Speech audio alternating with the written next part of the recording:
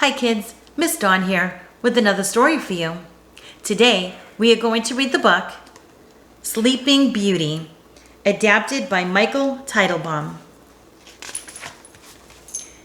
In a faraway land long ago, King Stefan and his fair queen wished for a child. At last a daughter was born and they named her Aurora. To honor the baby princess, the king held a great feast. Nobles and peasants, knights and their ladies, everyone flocked joyfully to the castle. King Stefan welcomed his good friend King Hubert to the feast. King Hubert had brought his young son Philip with him. The kings agreed that someday Philip and Aurora would be married. Among the guests were 3 good fairies, Flora, Fauna, and Merryweather. Each of these magic beings wished to bless the infant with a gift. Waving her wand, Flora chanted, "My gift shall be the gift of beauty." "My gift," said Fauna, "shall be the gift of song." Merryweather's turn was next, but before she could speak, the castle doors flew open. Lightning flashed, thunder rumbled. A tiny flame appeared and grew quickly into the form of the evil fairy Maleficent. Her pet black raven was perched on her shoulder. Maleficent was furious, for she hadn't been invited to the feast. Now she took revenge. "I too shall bestow a gift on the child," she said with a sneer. "The princess shall indeed grow in grace and beauty. But before the sun sets on her 16th birthday, she shall prick her finger on the spindle of a spinning wheel and die." With a cruel laugh, the evil fairy vanished. Everyone in the room was grief-stricken. But Merryweather still had a gift to give, and she tried to undo Maleficent's curse.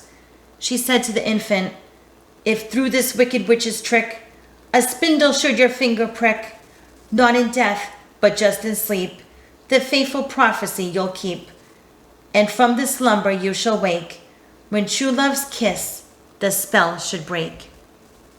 King Stefan ordered that every spinning wheel in the land be burned. But he still feared the evil's fairy curse, so the good fairies hatched a plan. They would take Aurora to live with them deep in the woods, safe from Maleficent. The king and queen agreed. They watched with heavy hearts as the fairies hurried from the castle, carrying the baby princess. To guard their secret, the fairies disguised themselves as peasant women and changed Aurora's name to Briar Rose. The years passed quietly, and Briar Rose grew into a beautiful young woman. At last, the princess reached her 16th birthday. Planning a surprise, the fairies sent her out to pick berries. Fauna baked a cake for her, while Flora and Merryweather sewed her a new gown. In a mossy glen, Briar Rose danced and sang with her friends, the birds and animals. She told them of her beautiful dream about meeting a tall, handsome stranger and falling in love. A handsome young man came riding by. When he heard Briar Rose singing, he jumped from his horse and hid in the bushes to watch her. Then he reached out to take her hand. Briar Rose was startled.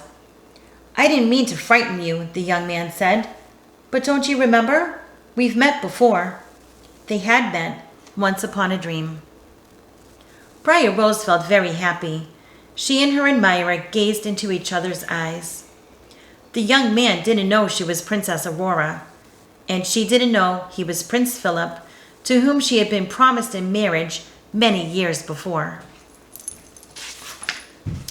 Back at the cottage, the fairies gave Briar Rose her birthday surprises.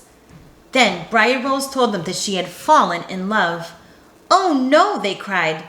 They told her the truth at last, that she was a princess betrothed at birth to a prince. Now it was time for her to return home.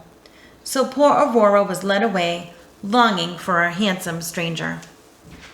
Maleficent's raven, perched on the chimney of the cottage, had heard everything. It flew off to warn Maleficent that the princess was finally returning to her rightful home. Maleficent sped to the castle. There, using her evil powers, she lured Aurora to a high tower. In the tiny room, a spinning wheel suddenly appeared. "Touch the spindle," hissed Maleficent. "Touch it, I say." The three good fairies rushed to the rescue, but they were too late. Aurora had touched the sharp spindle and instantly fallen into a deep sleep. Maleficent's cruel curse had come true. With a harsh laugh, the evil fairy vanished. The good fairies wept bitterly. "Poor King Stefan and the Queen," said Fauna. "They'll be heartbroken when they find out," said Merryweather. "They're not going to," said Flora. "We'll put them all to sleep until Briar Rose awakens." So the three fairies flew back and forth, casting a dreamlike spell over everyone in the castle. Meanwhile, Maleficent had captured Philip and changed him deep into her dungeon. But the good fairies had other plans for him. Using their magic, they melted the chains. They armed the prince with the shield of virtue and the sword of truth. Then they sent them racing to the castle to awaken the princess. When the evil fairy saw Philip escaping, she hurled heavy boulders at him, but the brave prince rode on. When Philip reached Aurora's castle, Maleficent caused a forest of thorns to grow up all around it. Philip hacked the thorns aside with his powerful sword. In a rage, the evil fairy soared to the top of the highest tower. There she changed into a monstrous dragon. "Now you shall deal with me, O prince," she shrieked. Maleficent breathed huge waves of flame. Philip ducked behind the strong shield. Thunder cracked. Flames roared around him. The prince fought bravely. Guided by the good fairies, he flung his sword straight as an arrow. It buried itself deep in the dragon's evil heart, and the beast fell to his death. Maleficent was no more. Philip raced to the tower, where his love lay sleeping.